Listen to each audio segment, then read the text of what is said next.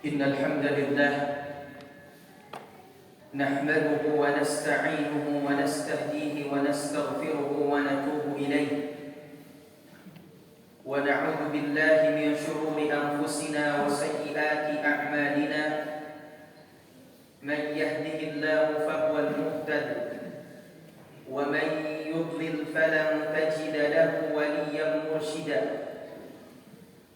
أشهد أن لا إله إلا الله وحده لا شريك له وأشهد أن محمدا عبده ورسوله لا نبي بعده الذي قد بلغ الرسالة وأدى الأمانة ونصح الأمة وجاهد في الله حتى أتانا اليقين اللهم صل وسلم وبارك على سيدنا محمد وعلى آله وصحبه وسلم تسليما كثيرا فيا عباد الله أوصيكم وإياي بتقوى الله وطاعته كما قال الله عز وجل يا أيها الذين آمنوا اتقوا الله حق تقاته ولا تموتن إلا وأنتم مسلمون يا أيها الناس اتقوا ربكم الذي خلقكم من نفس واحدة وخلق منها زوجها وبث منهما رجالا كثيرا ونساء واتقوا الله الذي تساءلون به والأرحام إن الله كان عليكم رقيبا يا أيها الذين آمنوا اتقوا الله وقولوا قولا سديدا يصلح لكم أعمالكم ويغفر لكم ذنوبكم ومن يطع الله ورسوله فقد فاز فوزا عظيما أما بعد Ma'asyiral muslimin jamaah salat Jumat yang dimuliakan Allah Subhanahu wa taala. Terlebih dahulu khatib berwasiat khususnya untuk khatib sendiri, umumnya untuk jamaah sekalian, agar senantiasa kita meningkatkan ketakwaan kepada Allah Azza wa Jalla. Karena takwa adalah jalan yang akan mengantarkan kita untuk mendapatkan kebahagiaan di dunia maupun di akhirat. Ma'asyiral muslimin, jamaah salat Jumat yang dimuliakan Allah Subhanahu wa taala. Di tengah kehidupan manusia, kita tidak akan lepas dari yang namanya ujian.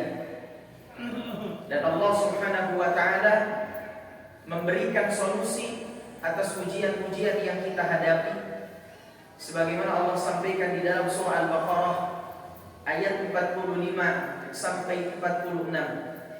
Allah berfirman, "Wasta'inu bis-sabri was-salah wa innaha lakabiratun illa 'alal khashiyin alladziina yadhunnuna annahum mulaqu rabbihim wa annahum ilaihi raji'un." Yang artinya kata Allah Azza wa Jalla, "Wasta'inu bis-sabri was-salah." Minta tolonglah kamu kepada Allah bis-sabri was-salah, dengan kesabaran dan dengan salat. Allah mengatakan kepada kita bahwa ketika kita minta tolong kepada Allah, jadikan dua sarana utama agar menggapai dan mendapatkan pertolongan Allah dengan sempurna, yaitu pertama bis-sabr, dengan cara memperkuat kesabaran. Apa sebetulnya makna daripada kesabaran? Para ulama mengatakan yang disebut dengan sabar adalah habsun nafsi ala man'illah, menahan diri dari apa yang dilarang oleh Allah. Sabar bukan berarti diam, sabar bukan berarti pasif. Sabar bukan berarti ketika dipukul pipi kanan kita menyerahkan pipi kiri. Tapi justru sabar itu, kata para ulama, habsun nafsi ala man'illah, menahan diri atas apa yang dilarang oleh Allah. Sabar adalah respon terbaik dari setiap kejadian, dari setiap keadaan, sehingga respon itu mendatangkan kebaikan dan juga pahala dari Allah Azza wa Jalla. Al-Imam Ghazali rahimahullah membagi kesabaran menjadi 3 tingkatan. Sabar yang pertama, kata beliau, adalah sabar ketika mendapatkan musibah. Kenapa sabar ketika mendapatkan musibah dianggap sabar yang paling rendah? Sebab sabar atau tidak sabar tidak akan mengubah musibah tersebut. Bahkan para ulama mengatakan as-sabru yu'inu ala kulli amalin. Kesabaran itu akan menolong setiap perbuatan. Sabar ketika mendapatkan musibah, sebagaimana Allah sampaikan di dalam Al-Quran, وَلَنَبْلُوَنَّكُمْ بِشَيْءٍ مِنَ الْخَوْفِ وَالْجُوعِ وَنَقْصٍ مِنَ الْأَمْوَالِ وَالْأَنْفُسِ وَالثَّمَرَاتِ وَبَشِّرِ الصَّابِرِينَ. Kata Allah Azza wa Jalla, sungguh kami akan menguji kalian dengan sedikit saja rasa takut, rasa lapar, kekurangan harta, terancamnya jiwa, dan kurangnya buah-buahan. Dan kemudian Allah sampaikan wabasyiris sabirin, berikanlah kabar gembira kepada orang-orang yang sabar. Orang yang sabar di sini siapa? Orang yang sabar ketika mendapatkan musibah. Alladzina idza asabatuhum musibah qalu inna lillahi wa inna ilaihi raji'un. Yaitu mereka ketika ditimpa oleh musibah, mereka katakan inna lillah, sesungguhnya kami adalah milik Allah, wa inna ilaihi raji'un, dan kami akan kembali kepada Allah. Tingkatan yang kedua yaitu sabar ketika melakukan ketaatan. Setelah sabar ketika ditimpa oleh musibah, maka tingkatan kedua yaitu sabar ketika melakukan amal soleh, ketika melakukan ketaatan. Ternyata setiap amal soleh yang kita kerjakan, baik sholat, puasa, sedekah, haji, umrah, membantu fakir miskin, ternyata juga perlu dilandasi oleh kesabaran. Dan sabar yang paling tinggi adalah sabar ketika menahan diri kita dari kemaksiatan kepada Allah Azza wa Jalla. Maka Allah Subhanahu wa taala menyampaikan wasta'inu bis-sabr. Minta tolonglah kamu kepada Allah pertama bis-sabr, dengan memperkuat kesabaran, dengan memberikan respon positif atas setiap kejadian, atas setiap musibah, atas setiap sesuatu yang menimpa diri kita. Dan kemudian kita sempurnakan kesabaran itu wassalah, dengan memperbaiki dan memperbagus salat. Kenapa salat? Karena as-salatu hiya doa. Salat itu secara bahasa artinya doa. Maka ketika hidup kita ingin diperbaiki oleh Allah Azza wa Jalla, maka perhatikanlah salat kita.